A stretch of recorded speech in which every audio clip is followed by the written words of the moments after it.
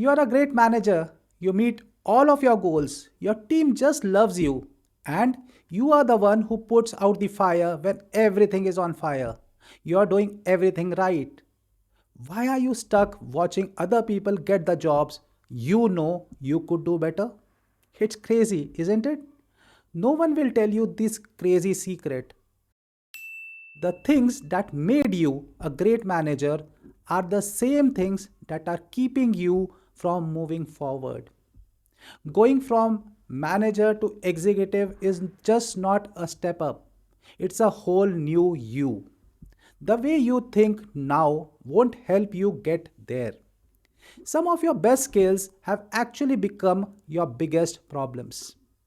In this video, we are going to show you the secret mental traps that keep great managers from getting promoted. We will explain why you are going in circles and will tell you exactly what you need to do to change in your mind to finally move up to the next level. So, the first one is the mindset barrier. The first and the most insane barrier is a paradox known as the competency trap. This means that you are really too good at what you do.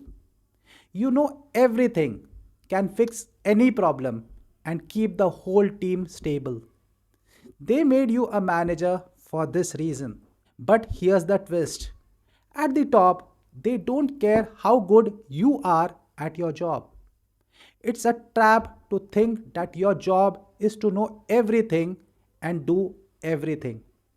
Managers who are stuck in this trap micromanage everyone else. They don't do it because they are mean. They do it because they really think they are the only ones who can make sure quality.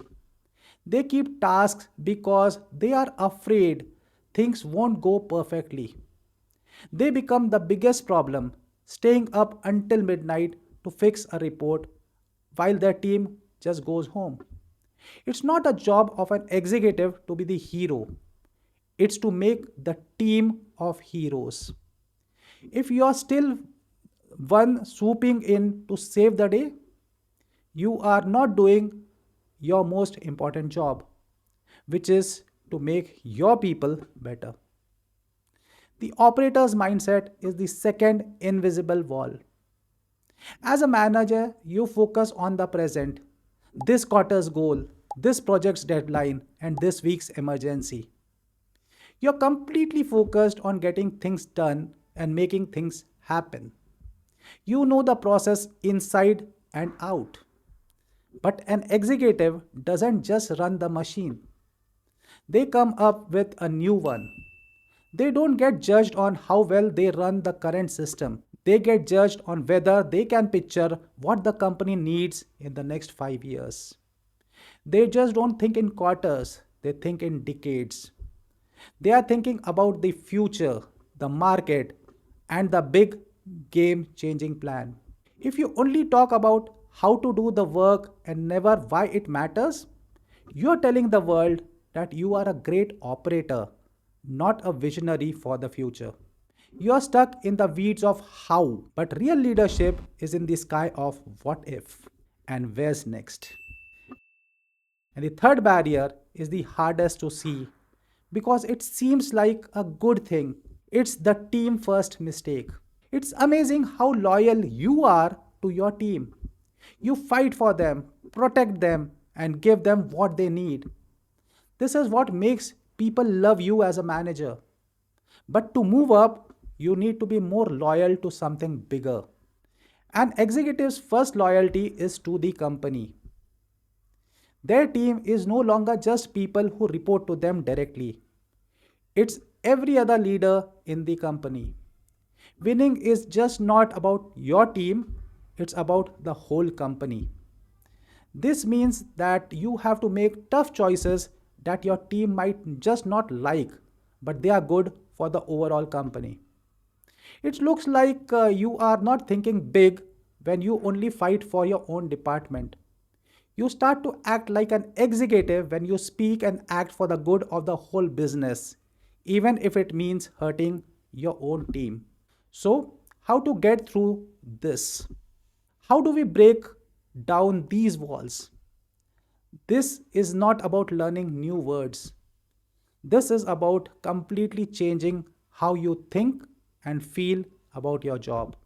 The first thing you have to do is upgrade your mindset from doer to developer. You don't have to do the work yourself. It's to put together a group that can do their best work even when you are not there. This means you need to learn how to delegate well, which means giving people real ownership and power, not just giving them tasks. Give your best workers tasks that will push them to their limits, even if they might fail. Believe in them.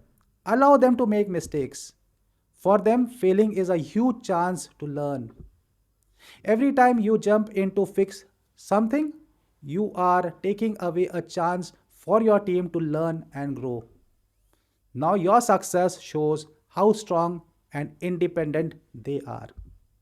The second upgrade is a big change from being a problem solver to being a solution architect. Putting out fires is what managers do for a living. You are the hero when a problem comes up and you fix it. The people in charge are paid to find out what's causing the fire and make the whole building fireproof so that it does not happen again. They don't just fix a leak, they change the whole plumbing system. It's time to ask bigger questions. You should ask, why did this happen at the very first place? Instead of, how do we fix it now? And how can we change everything we do so that this kind of problem will never happen again? You need to step back from the chaos of everyday life and think about the whole system. Make time on your calendar to sit and think. Don't just react to what's happening today. Use that time to think about the future. This is how you prove that you can see the whole universe, not just that one star in front of you. The third is to have to change from being a specialist to being a generalist. You probably became a manager because you are really good at one thing, like marketing, engineering, or finance. That is what you need to build on. But managers need to be good at a lot of things and know how all the parts of the business work together. The head of marketing should know about money. The head of operations need to know how to plan sales. Some C-suite jobs are very specific, but even those leaders need to show that they understand the whole business. You should start looking for projects that aren't in your department. Ask a leader from another team to lunch and say, what are your biggest problems? What are you trying to make? Read the company's dull annual report until you get the whole story about how the company makes money. You need to show that you can add to a conversation that is bigger than your job title. And the last step is to improve your executive presence. It's not about being loud or wearing a nice suit. You give off an insane amount of energy that comes from being confident, calm, and clear. Even when everything is going wrong, people with presence are always calm. They listen like their life depends on it. And then when they talk, their words are always simple, strong, and connected to the big picture. They can make even the hardest ideas sound very simple. To get better at this, you should first really listen in meetings instead of just waiting for your turn to talk. Don't just throw data at people while you are giving a presentation. Tell the story that the data shows. And most importantly, be yourself.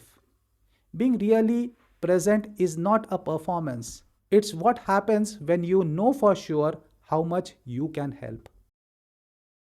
I coached a manager, let's call her Anjali. Let me tell you something about her. She was a great example of someone who was stuck in the competency and operators trap. Anjali's customer support team had the best numbers in the company, but she was completely burnt out, working more than 70 hours a week. She looked over every hard ticket, answered every escalated calls, and wrote every report herself. She was a great operator, but from the C-suite's point of view, She was invisible. Then her mentor said something that blew her mind.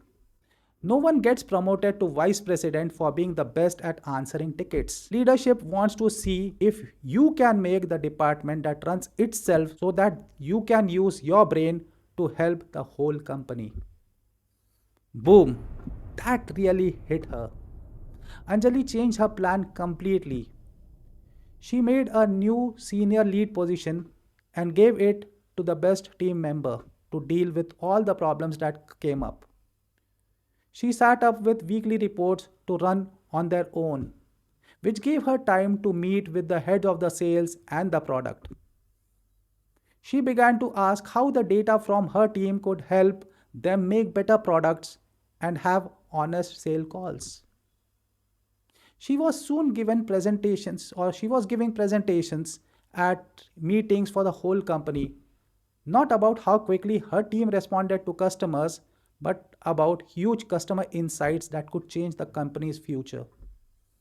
18 months later, they made her the vice president of customer experience, a strategic job she basically made up for herself by showing that she could think like an executive. So one of the hardest things you will ever do is to move up from being a manager to being an executive. It gives you the exact identity that helps you succeed for long.